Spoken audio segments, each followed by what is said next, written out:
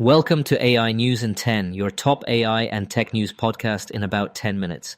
AI tech is amazing and is changing the world fast. For example, this entire podcast is curated and generated by AI using my and my kids' cloned voices. It's Tuesday, May 19th, and it's a busy day in AI and tech. Google I.O. kicks off today in Mountain View, 10 a.m. Pacific, 1 p.m. Eastern. And Google isn't waiting for the keynote to make moves. Overnight, users started seeing a sweeping redesign of the Gemini app on Android, with a cleaner interface that mirrors recent iOS changes. We'll get into what's new, what to watch on stage, and why this matters for everyday users. We'll also zoom out to crucial policy shifts.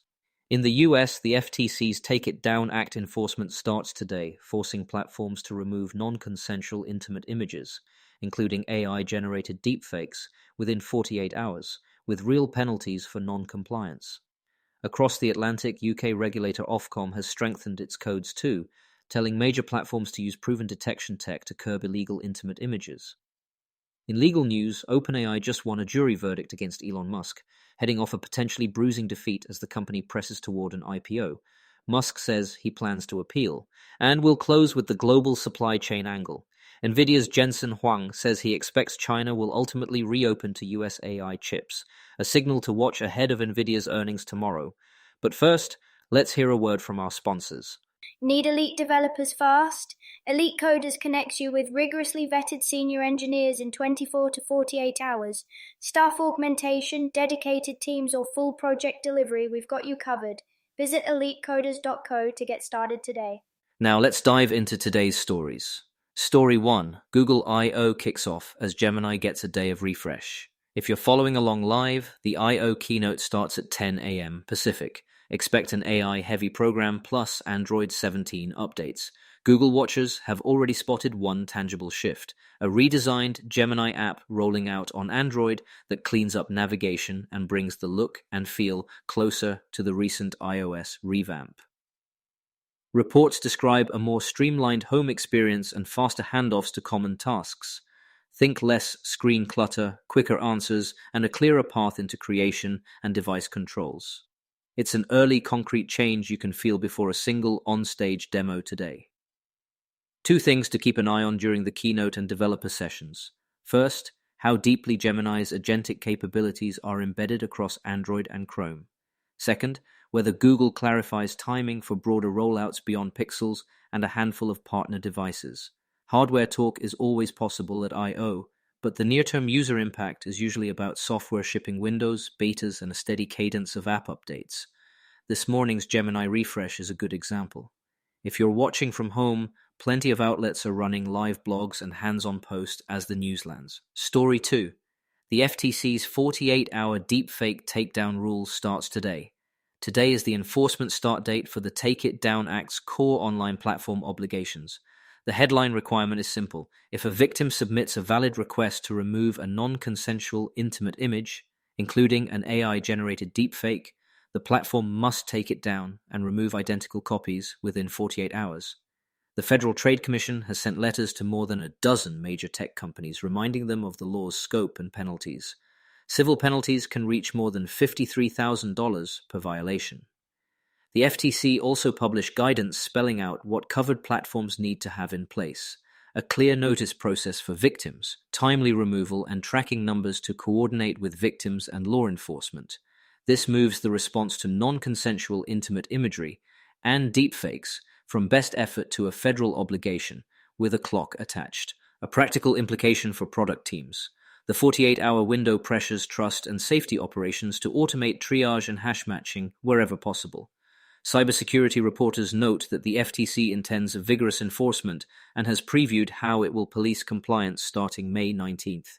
If you run a forum, messaging app, or media sharing service, today may be your first real-world test of that service-level agreement.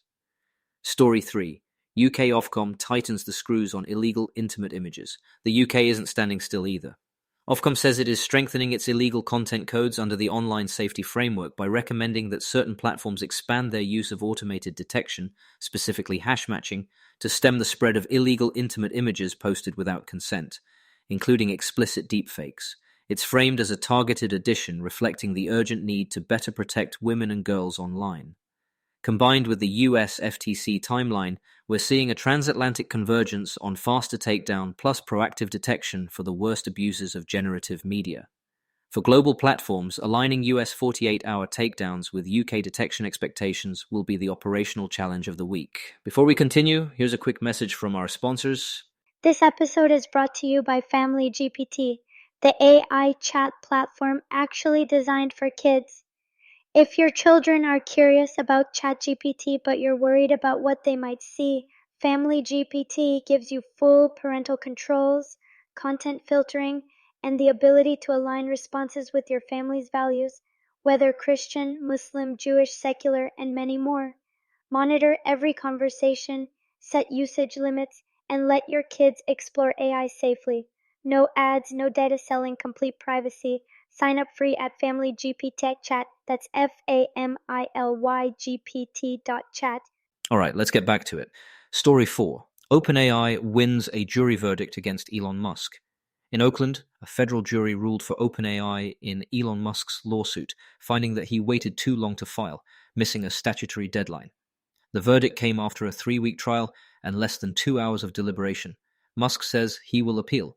The case aired unflattering testimony about OpenAI leadership, but for now the company avoids a costly loss that could have complicated its path to a public offering.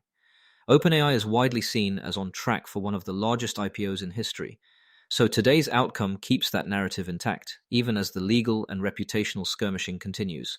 From an industry standpoint, the dispute was less about model weights and more about corporate structure and mission drift, non-profit ideals versus the realities of scaling frontier AI. Regardless of where you land, the verdict reduces near-term legal uncertainty for a company that's central to cloud and enterprise AI roadmaps worldwide. Story 5. Nvidia's CEO.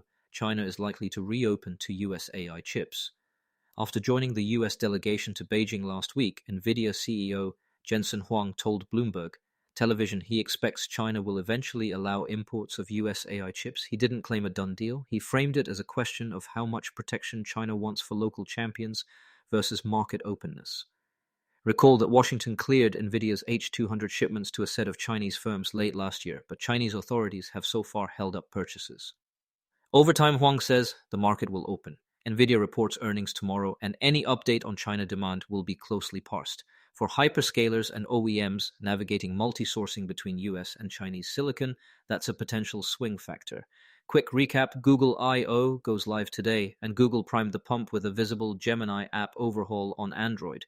In policy, the FTC's 48-hour deepfake takedown rule starts now, while UK Ofcom is pushing platforms to use automated detection for illegal intimate images. In the courts, OpenAI beat Elon Musk in a jury verdict. Appeal ahead, IPO narrative intact. And on the supply side, Nvidia's CEO is signaling that China could eventually reopen to US AI chips. A storyline to watch as earnings hit tomorrow. Thanks for listening, and a quick disclaimer. This podcast was generated and curated by AI using my and my kids' cloned voices. If you want to know how I do it or want to do something similar, reach out to me at ahmad@AI News in 10.com. That's AI News in 10.com. See you all tomorrow.